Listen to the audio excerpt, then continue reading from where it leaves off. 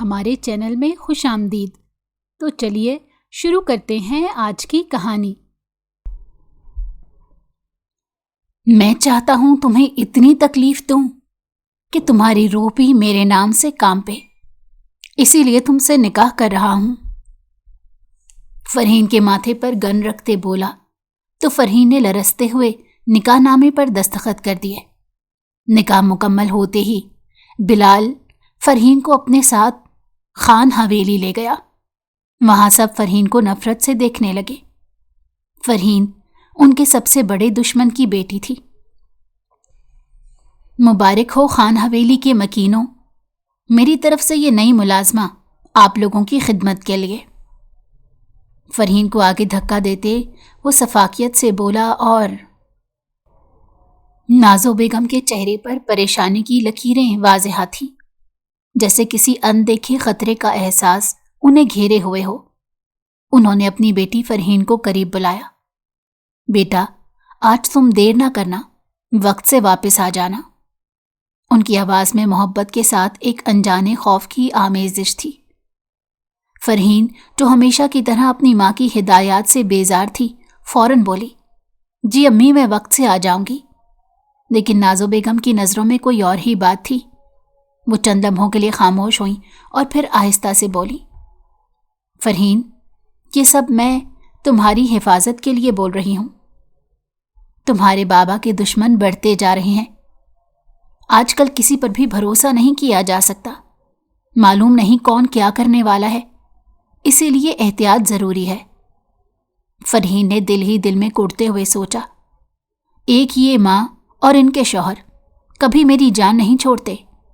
لیکن اس نے زبردستی اپنے چہرے پر مسکراہٹ سجائی اور بولی، جی امی میں سمجھ گئی، اب اگر آپ اجازت دیں تو میں جاؤں۔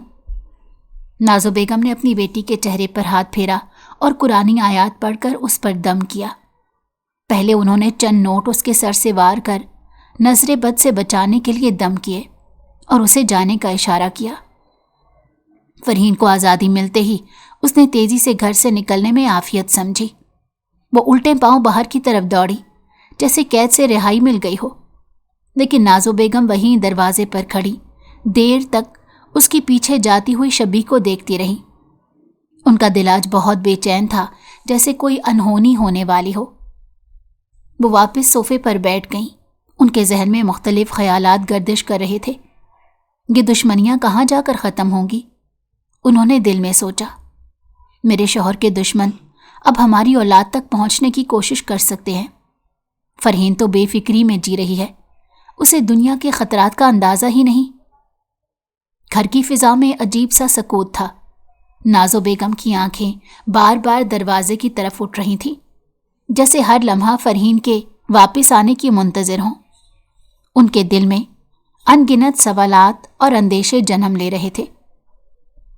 کیا یہ سب ٹھیک ہوگا؟ کیا ان کی بیٹی محفوظ رہے گی؟ رکشے کی دھیمی رفتار سے فرحین کا دل اور زیادہ بے چین ہو رہا تھا۔ وہ ہر لمحہ پیچھے مڑ کر دیکھتی، جیسے اسے خوف ہو کہ کوئی اس کا پیچھا کر رہا ہو۔ اس کا دل زور سے دھڑک رہا تھا، مگر اس نے اپنے آپ کو سنبھالا اور رکشے کی سیٹ پر سکون سے بیٹھنے کی کوشش کی۔ آج وہ کسی اور ہی مقصد کے لیے نکلی تھی، بلال خان سے ملاقات، جس سے اس کی 4 مہینے سے موبائل پر بات ہو رہی تھی۔ اس کے دل میں محبت کی شدید کشش پیدا ہو چکی تھی، اتنی کہ اسے اچھے برے کا کوئی خیال ہی نہیں رہا تھا۔ رکشہ ایک مقامی پارک کے سامنے رکا اور فرحین نے اپنی سانسوں کو قابو میں رکھنے کی کوشش کی۔